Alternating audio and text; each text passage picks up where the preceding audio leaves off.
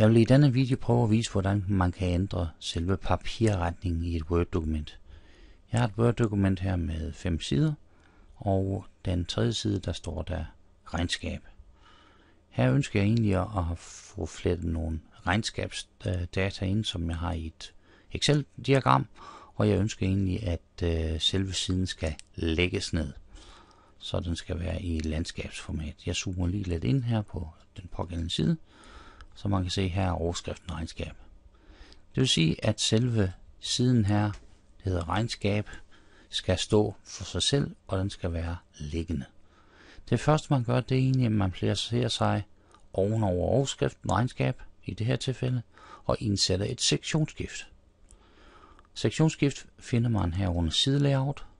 Jeg vælger skift, og går ned i den nederste halvdel, hvor der står sektionsskift, og vælger sektionsskift næste side.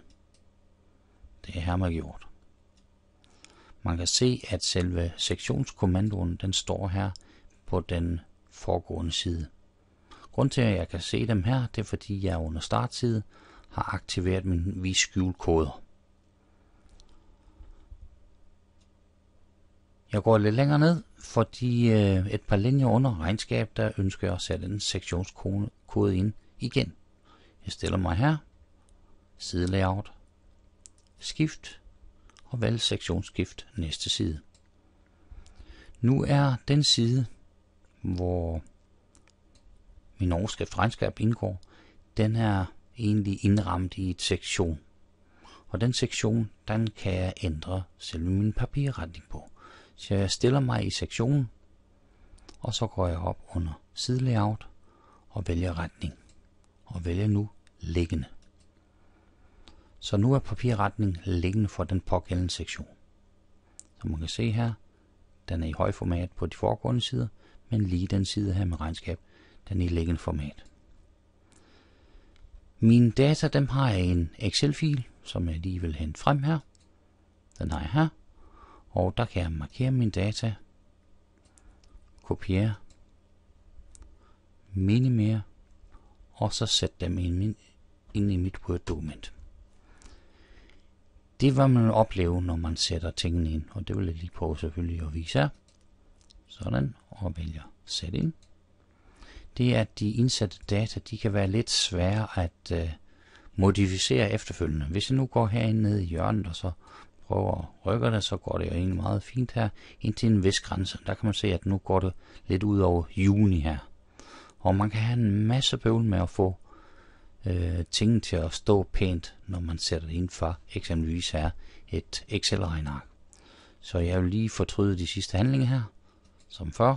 Sådan. Og nu er jeg ligesom før. I stedet for at sætte tallene direkte ind fra et Excel-regneark, som jeg har kopieret, de ligger i udklipsholderen nu, så vælger jeg nu at indsætte en tekstrude. Jeg vælger indsæt, vælger figur og tekstrude. Jeg klikker nu her og trækker en vilkårlig ramme, eksempelvis sådan her.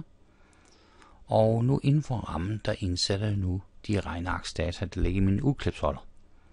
Så igen start side og vælg sæt ind.